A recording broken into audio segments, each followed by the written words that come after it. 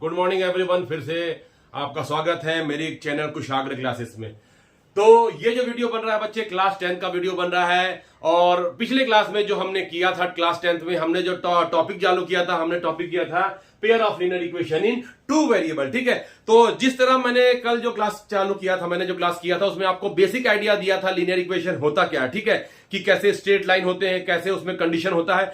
अब जो मेरे को इस क्लास में सीखना है सॉल्यूशन ऑफ द इक्वेशन। ठीक है, तो कोई भी अगर लीनियर इक्वेशन दिया होता है बच्चे, सपोज करो कि मेरा लीनियर इक्वेशन है, मैं फिर बोला था कि ये मेरा सपोज करो कि पेयर है ना, तो मैंने पहला लीनियर इक्वेशन को रिप्रेजेंट कर दिया a1x plus b1y plus c1 equal to 0, और मैंने कर दिया भाई दूसरा इक्वेशन को a2x plus b2y plus c2 equal to. मेरे पास दो लीनियर इक्वेशन है। अगेन देखिए यहां पर वेरिएबल x और y यूज हुए हैं और दोनों का पावर 0 0 है। ठीक है, दोनों का पावर 1 है, सॉरी। तो ऐसे इक्वेशन को क्या बोलते हैं? लीनियर। जहां जहां वेरिएबल है उसका पावर होना चाहिए 1। ठीक है, तो ये मेरा लीनियर इक्वेशन है। और कल भी बताया था, अगर लीनियर इक्वेशन मेरा इस फॉर्म में दिया होता है तो अपन इसको क्या बोलते हैं? Standard form. ठीक है, स्टैंडर्ड फॉर्म। क्लियर है यहां तक?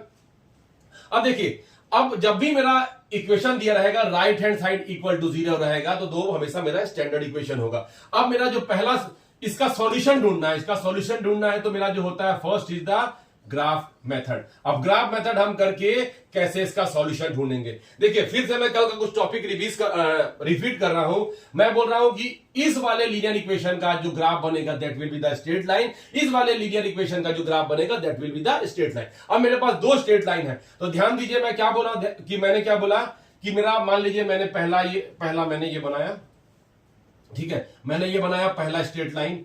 ठीक है, अब मैं क्या बोल रहा हूं, जब दूसरा स्ट्रेट लाइन बनाऊंगा तो मेरा जो पहला कंडीशन होगा कि वो पहले वाले को इंटरसेक्ट कर दे। ठीक है, पहले वाले को जब इंटरसेक्ट करता है तो अपन क्या बोलते हैं? Intersecting line. ठीक है, इंटरसेक्टिंग लाइन। अब जब दूसरा कंडीशन बनता है, मान लो पहला मेरा ग्राफ ये है। ठीक है, ये मेरा इक्वेशन 1 है, और जो दूसरा हो इसके बिल्कुल पैरेलल हो। ठीक है, माने ये जो दोनों लाइन हो वो एक दूसरे के पैरेलल हो, ये पैरेलल है। ठीक है, और जब तीसरा कंडीशन बच्चे था वो क्या था कि मान लो कि मैंने ये 1 बनाया, ये 1। अब दूसरा जो मैं बनाऊंगा तो वो इसके ऊपर ही आएगा। क्लियर है? तो ऐसे लाइन को अपन क्या बोलते हैं? Coincident line. Coincident line. ठीक है, कोइंसिडेंस लाइन। ठीक है, तो मेरे पास तीन ही कंडीशन होता है, या इंटरसेक्टिंग हो, या पैरेलल हो, या कोइंसिडेंट हो। तो जब भी मेरा इंटरसेक्टिंग होगा, अपन बात करें, देखिए ग्राफ, अपन एक सॉल्यूशन की बात कर रहे हैं। किसका सॉल्यूशन बात कर रहे हैं? इन दोनों इक्वेशन का। तो जब हम ग्राफिकल मेथड जाते हैं तो तीन कंडीशन से और आपका चौथा कंडीशन नहीं आएगा। तो मैं क्या बोला, जब इंटरसेक्टिंग करेंगे तो मानिए दो लाइन जो मेरे को इंटरसेक्ट कर रहे हैं, किस पॉइंट पे कर रहे हैं? एक पॉइंट पे। इसके अलावा आप स्ट्रेट लाइन को कैसे भी करके देख लो, एक से ज्यादा बनाओ ना, कोई भी है, एक से ज्यादा पॉइंट पे इंटरसेक्ट नहीं करते। ठीक है, तो कभी भी दो लाइन सिर्फ एक ही पॉइंट पे इंटरसेक्ट करते हैं। तो जब भी ऐसा होता है तो अपन क्या बोलेंगे भाई? इस सॉल्यूशन का only we have one solution. क्या बात करेंगे अपन? We have only one solution. तो जब भी मेरा जो ये स्ट्रेट लाइन होगा, जितने पॉइंट पे काटेगा इंटरसेक्ट, ठीक है, जितने पॉइंट पे टच करेगा या जितने पॉइंट पर इंटरसेक्ट करेगा, अपन उसको क्या बोलेंगे? उतने नंबर ऑफ सॉल्यूशन हो जाएंगे। तो क्लियर है, मेरे एक पॉइंट पे काट रहा है तो क्या हो रहा है? One solution. अब दूसरा बताइए, ये दोनों लाइन पैरेलल लाइन कभी एक दूसरे को काटते हैं क्या? नहीं। पैरेलल लाइन जो ऐसे होते हैं जो कभी भी एक दूसरे को नहीं काटते हैं। तो इस केस में एक बार भी काट नहीं रहे हैं या एक बार भी इंटरसेक्ट नहीं कर रहे हैं, तो it has no solution. Clear है यहां तक? It has no solution. जब मैं तीसरे पे आता हूं, कोइंसिडेंस लाइन। अब ये बताइए, एक के ऊपर एक है, तो ठीक है, तो मेरा मान लो कि जब भी मैं पहला पॉइंट की बात करूंगा, इसका मतलब जब भी कोइंसिडेंट लाइन होते हैं, मींस एक के ऊपर एक, माने हर पॉइंट कॉमन, हर पॉइंट, ये वाला दोनों में कॉमन है, ये वाला दोनों में कॉमन है, मींस ये हर पॉइंट, माने ये इसका मतलब कहेंगे कि दो स्ट्रेट लाइन एक दूसरे के ऊपर है, या हर पॉइंट पे एक दूसरे को टच कर रहे हैं, एवरी पॉइंट। और जब तक ये लाइन चलते रहेगा वो हमेशा हर पॉइंट को, इनके जो बीच में कॉमन पॉइंट कितने सारे होंगे? Infinite number of point. या बोल सकते हैं ये दोनों स्ट्रेट लाइन एक दूसरे को infinite number of time touch कर रहे हैं, तो इसका क्या हो जाएगा? Infinite solution. तो जब भी मैं अपन बात करते हैं भाई कि अपन ये पेयर ऑफ लीनियर इक्वेशन है, तो उसके तीन ही कंडीशन हो सकते हैं, या वन सॉल्यूशन हो, या नो सॉल्यूशन हो, या इनफाइनाइट सॉल्यूशन है। क्लियर है? अब देखिए, अपन जैसा भी ग्राफ बनाएंगे, जब ग्राफ का मेथड सीखेंगे तो अपन देखेंगे ग्राफ बना के, इसका मैं अलग ग्राफ बनाऊंगा और इसका अलग ग्राफ बनाऊंगा। तो जब भी ऐसा कंडीशन होगा, देखिएगा ग्राफ अगर एक दूसरे को एक बार काटते हैं तो वन सॉल्यूशन, अगर पैरेलल लाइन नहीं काट रहे हैं तो दो सॉल्यूशन, अगर इनफाइनाइट नंबर ऑफ टाइम काटेंगे तो it has many solution. Clear है यहां तक? अब ये आगे है। अब थोड़ा सा इसके बारे में मैं आपको बता दूं, फिर अपन आगे बढ़ते हैं ना, ठीक है। ये ग्राफ मेथड करेंगे पहले, तो हम लोग इसको सीख लें, ग्राफ मेथड, ठीक है। अब देखिए, ये तो मेरा पहला चीज हो गया, ये ग्राफिकल हो गया, ये हो गया।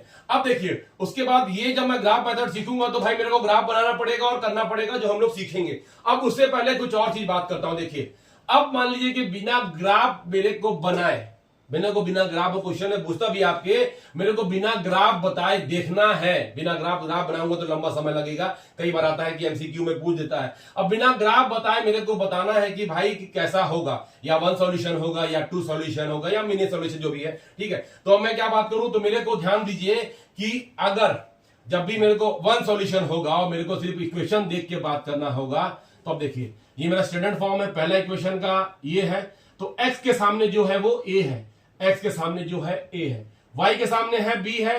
तो मैंने जब भी मैं वाई के सामने में b1 b2 दो अलग अलग है, और जो अकेला रहता है उसको क्या बोलते हैं, वो होता है मेरा कांस्टेंट। तो coefficient of the x is a, coefficient of the y is b, और अकेला जो है constant, that is the constant term, ठीक है। तो सबसे पहले देखिए, जब भी मेरे को चेक करना है, सबसे पहले मैं कौन सा चालू करूंगा, ये वाला यूज करूंगा और ये वाला यूज करूंगा, ठीक है। तो मैं क्या करूंगा, इन दोनों को लिख लूंगा, जो भी क्वेश्चन में गिवन रहेगा, यहाँ a1 a2 नहीं होगा, वहां कुछ नंबर होगा, तो आप लिख लीजिएगा।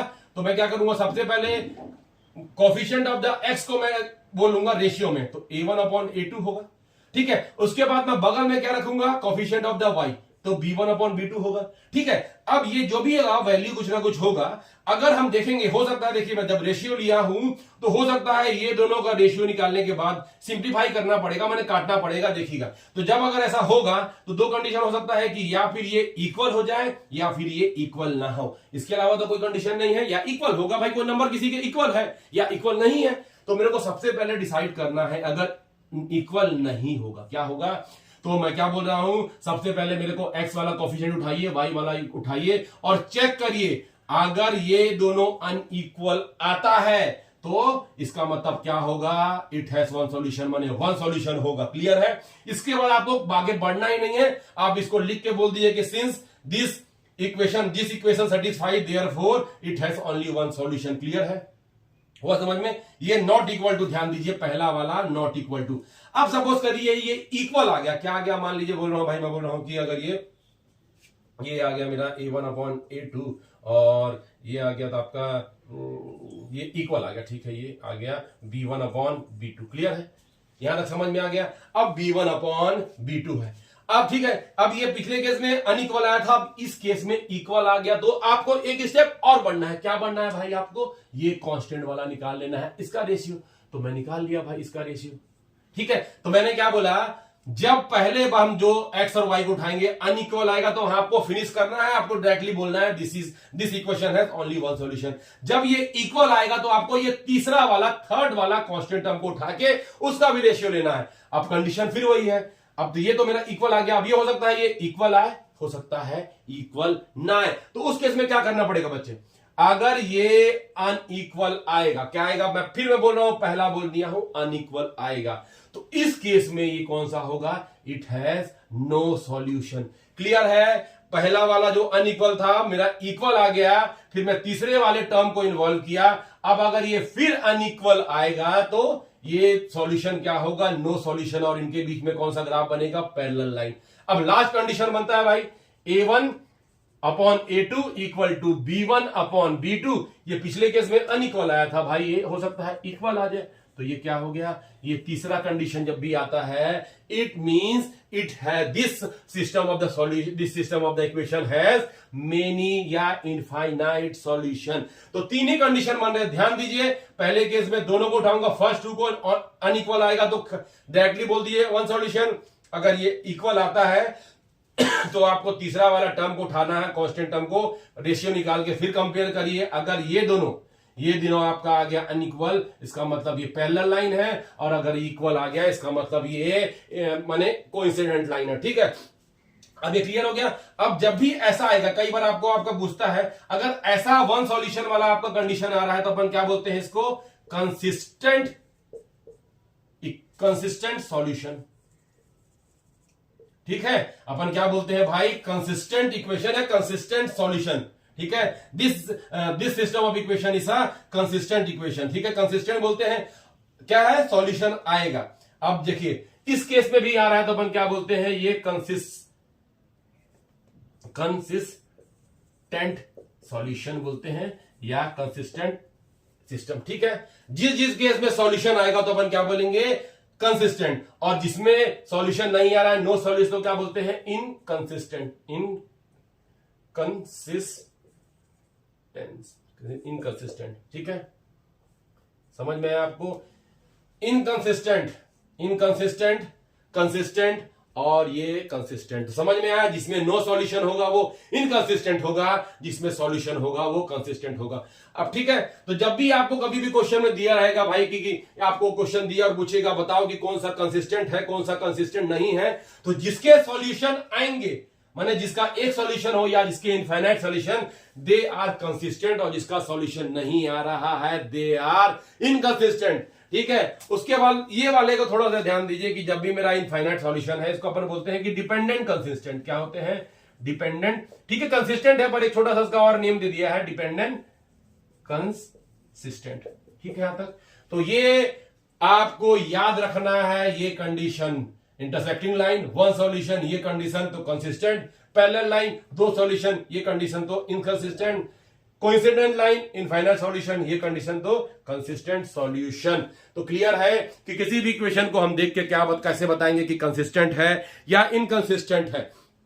ठीक है बच्चे, तो अभी फिर मेरा सा ग्राफ, अभी अपन ग्राफ तो बना नहीं पाए। ठीक है, तो कुछ जो टॉपिक था मेरे को कवर करना था, अपन कर दिए कवर। ये तो ये जरूरी है पूरे चैप्टर में, कई बार आपके पास ये आते रहेंगे, ये कंडीशन, जो ये तीन कंडीशन है, ये बहुत ही इंपॉर्टेंट है आपके लिए। इससे कई सारे एमसीक्यू बनते हैं और कई सारे क्वेश्चन भी होंगे। तो ठीक है, तो ये चैप्टर हम यही खत्म करते हैं, और फिर मेरा जो ग्राफ मेथड बन गया ये अगले अपन टॉपिक में करेंगे। टिल देन बाय बाय, और फिर मिलेंगे अपन अपनी नेक्स्ट क्लास में। लाइक करते रहिए, शेयर करते रहिए, सब्सक्राइब करते रहिए, और अपने फ्रेंड को मेरे वीडियो देखने के लिए बताते रहिए। Thank you so much.